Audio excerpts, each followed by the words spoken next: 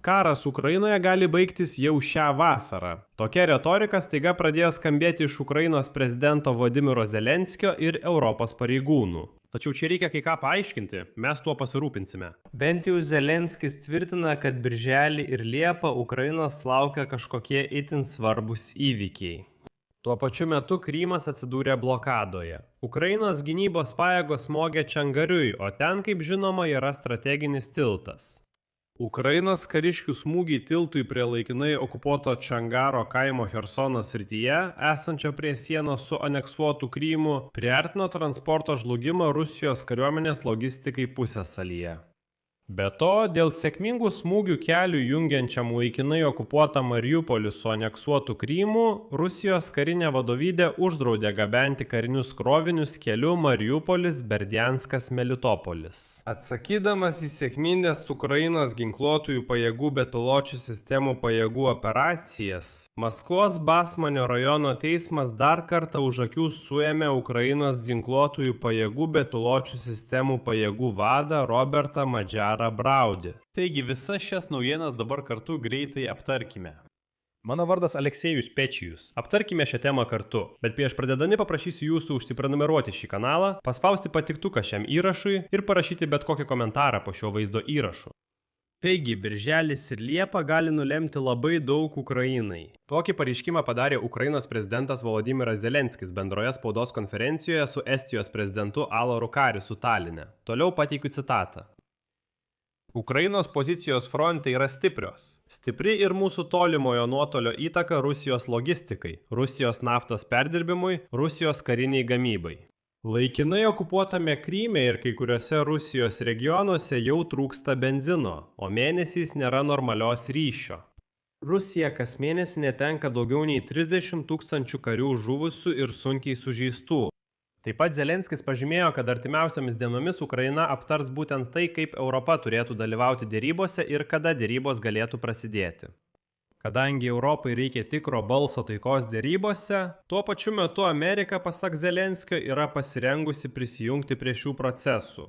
Antras dalykas, kuris bus aptariamas su europiečiais, yra oro gynybos stiprinimo klausimas. Ir trečiuoju punktu Zelenskis įvardijo lūkestį dėl ES sprendimo atverti klasterius dėrybų dėl Ukrainos stojimo į ES pradžiai.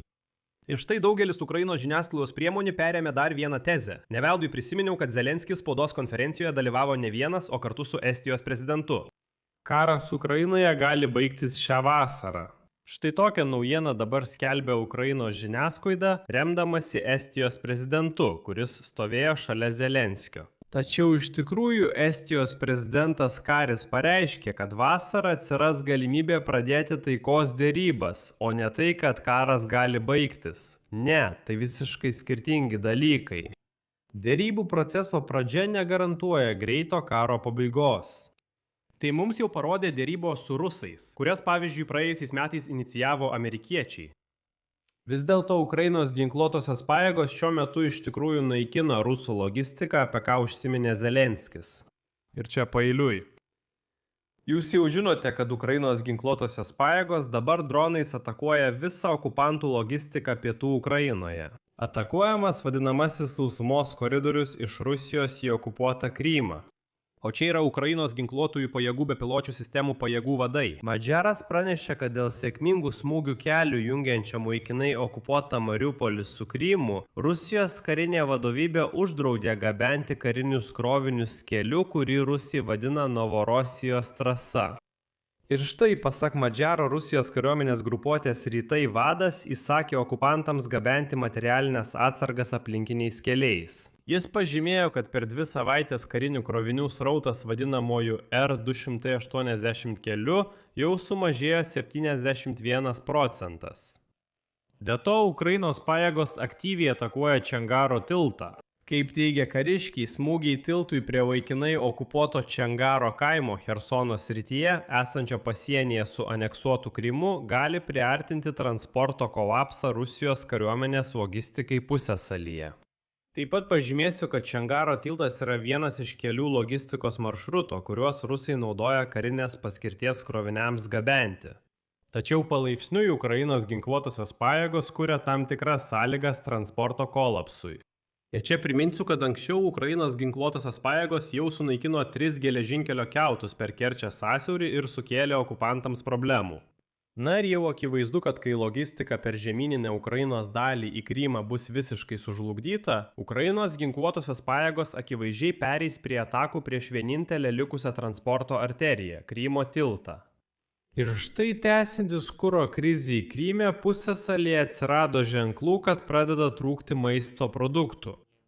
Pusiasalio gyventojai praneša apie tuščias lentynas parduotuvėse, didžiulę paklausą ir tam tikrų prekių pardavimo apribojimus. Parduotuvėse jau pradėti taikyti tam tikrų produktų pardavimo apribojimai. Pavyzdžiui, pagal socialiniuose tinkluose paskelbtus vaizdo įrašus, pirkėjams leidžiama įsigyti nedaugiau kaip 3 butelius augalinio aliejaus ir 3 pakuotės makaronų vienam asmeniui.